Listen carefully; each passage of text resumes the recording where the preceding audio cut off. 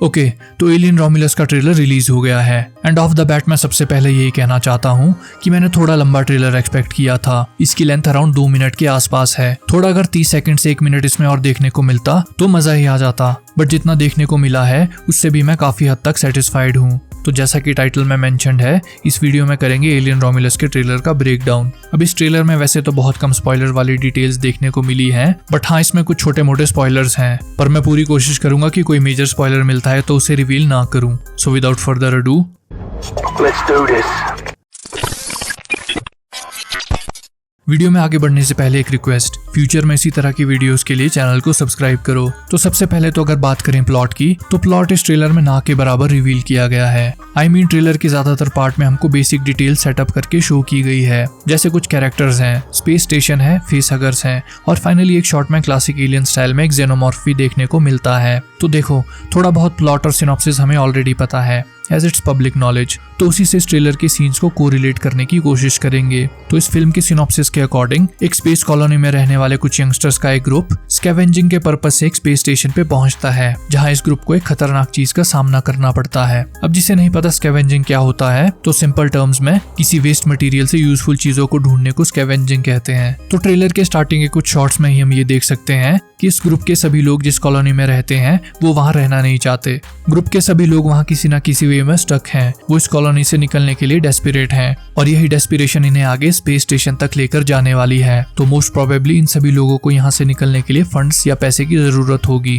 तो इस जरूरत को पूरा करने के लिए वो निकल पड़ेंगे एक स्कैवेंजिंग मिशन पे और पहुंच जाएंगे स्पेस स्टेशन पे, ताकि वो कुछ वैल्यूएबल चीजें ढूंढ सकें। तो इस शॉट में हम देख भी सकते हैं एक छोटा सा स्पेसशिप लेकर ये लोग इस बड़े स्पेस स्टेशन में एंटर कर रहे हैं। स्क्रीन के राइट साइड पे थोड़ा ध्यान से देखने पे ये बड़ा स्पेस स्टेशन थोड़ा डैमेज लग रहा है, और आई थिंक ये इसमें हुए होल के थ्रू लाइट पास कर रही है। अब आई एम नॉट 100% श्योर कि ये एक होल ही है, बट लग तो वैसा ही रहा है। स्पेसशिप में एंटर करने के बाद ऐसा लग रहा है कि ये कम्प्लीटली डैमेज नहीं हुआ है, क्योंकि इसके इलेक्ट्रॉनिक फंक्शंस प्रॉपरली काम कर रहे हैं। इसके ऑटोमेटिक डोर्स चल रहे हैं और थोड़ी बहुत लाइट्स भी हैं, बट इसने थोड़ा बहुत डैमेज भी सस्टेन किया है, क्योंकि ये लाइट्स फ्लिकर कर रही हैं। तो आई गेस ये साइंस पॉइंट आउट करते हैं कि ये रिसेंटली डैमेज हुआ है। इसके बाद स्पेसशिप के अंदर देखने को मिलता है पहला इंपॉर्टेंट शॉट, कि स्पेस स्टेशन में हुआ होल। तो जैसा कि हमको पता है जेनोमॉर्फ का ब्लड एसिड जैसा काम करता है, तो मोस्ट प्रोबेबली ये स्पेस स्टेशन में हुआ होल जेनोमॉर्फ ब्लड की वजह से ही हुआ है। ऐसा हम पिछली मूवीज के बेस पे भी बोल सकते हैं। इसी के साथ अगले शॉट में एक और इम्पोर्टेंट डिटेल है।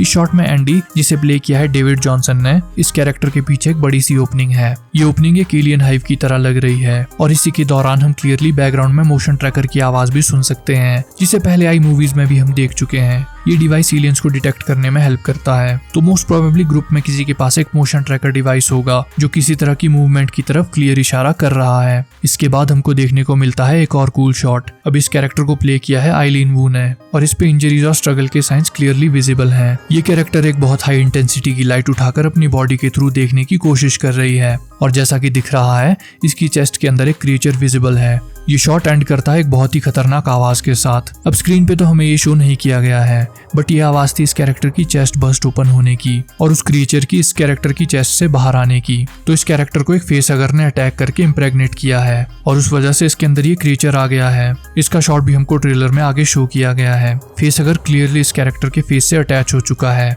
और अभी अपना काम पूरा करने के बाद ही हटेगा। और जैसा कि हमें पता है कि एक बार अगर फेस हगर सक्सेसफुली अटैच हो जाए तो उस इंसान का मरना तय है, क्योंकि फेस हगर अपने टारगेट की चेस्ट में एक पैरासाइट प्लांट करता है, जो बाद में उस टारगेट की चेस्ट बस्ट ओपन करके बाहर निकलता है। ये क्रिएचर बहुत ही तेजी से बड़ा होता है और जेनोमॉर्फ कहलाता है। अब चेस्ट बस्ट करने की आवाज तो हमको आती है, बट शो नहीं किया गया है। पर हाँ, ट्रेलर में ये शॉट डेफिनेटली चेस्ट बस्ट होने के बाद का है, क्योंकि इस कैरेक्टर ने आइलीन वू के कैरेक्टर को गोद में पकड़ रखा है और ये डर से चीख रही है। अब इस नेक्स्ट शॉट में इस डोर पे एक नाम लिखा है, रोमिलस लैब। तो क्लियरली स्पेस स्टेशन पे किसी तरह की लैब है, और किस चीज की लैब है ये भी हमें इससे अगले शॉट में ही देखने को मिलता है। एज वी कैन सी, यहाँ वॉल्स में कुछ पॉड्स हैं, और इन पॉड्स के अंदर है फेस हगर्स। अब पिछली एलियन मूवीज के बेस पे हम क्लियरली कह सकते हैं कि ये फेस हगर्स एग्स के थ्रू हैच करते हैं या एग्स से बाहर आते हैं, बट यहाँ इन पॉड्स में इन्हें आर्टिफिशियल तरीके से रखा गया है। तो मोस्ट प्रोबेबली एक ऐसी लैब है जहाँ alien related experiments carry out किए जा रहे थे। इन फेसहगर्स को साइंटिफिक वे में आर्टिफिशियली बनाया जा रहा था और शायद उनका कोई एक्सपेरिमेंट थोड़ा गलत डायरेक्शन में चला गया हो और उस वजह से स्पेस स्टेशन पे सभी लोगों का दी एंड हो गया हो। It's just my theory. इसके बाद हम देखते हैं कि इन पॉड्स में से फेसहगर्स बाहर आने लगते हैं और हमारे स्कैवेंजर्स के ग्रुप पे अटैक करने लगते हैं, उन्हें इम्प्रेग्नेट करने के लिए हंट करने लगते हैं। इसके बाद हमको देखने को मिलता है एक और कूल शॉट एक जीनोमॉर्फ का। तो प्रोबेबली आइलिन वू के कैरेक्टर की चेस्ट से बाहर जो क्रिएचर निकला था ये शायद वही जीनोमॉर्फ हो सकता है। इसके बाद हम देख सकते हैं कि जीनोमॉर्फ ग्रुप के मेंबर्स को हंट कर रहा है। वो लोग उससे बचने की पूरी कोशिश कर रहे हैं, कोई स्टेल्थ का यूज करके तो कोई गन्स का। अब इस नेक्स्ट शॉट में हम एंडी को अपनी आंखों के साथ कुछ वियर्ड सा करते देख सकते हैं। एक नॉर्मल इंसान तो ऐसा नहीं कर सकता। मोस्ट प्रोबेबली एंडी एक एंड्रॉइड या सिंथेटिक बीइंग है। अब इसके बाद एक और इंटरेस्टिंग स्लोमो शॉट हमको देखने को मिलता है जहाँ ये कैरेक्टर हवा में फ्लोट कर रही है। बट यहाँ इंटरेस्टिंग चीज ये है कि इस कैरेक्टर के आसपास ये ग्रीन लिक्विड भी फ्लोट कर रहा है। ये जीनोमॉर्फ ब्लड लग रहा है। तो आई थिंक ये सीन एक बड़े इंसिडेंट के बाद का है जहाँ किसी जीनोमॉर्फ के साथ कुछ कांड हुआ है। फाइनली ट्रेलर के लास्ट शॉट में हमको जीनोमॉर्फ का एक प्रॉपर लुक शो किया गया है क्लासिक एलियन स्टाइल में और मुझे ये रिवील काफी कूल लगा। तो ये था एलियन रोमुलस का ट्रेलर ब्रेकडाउन।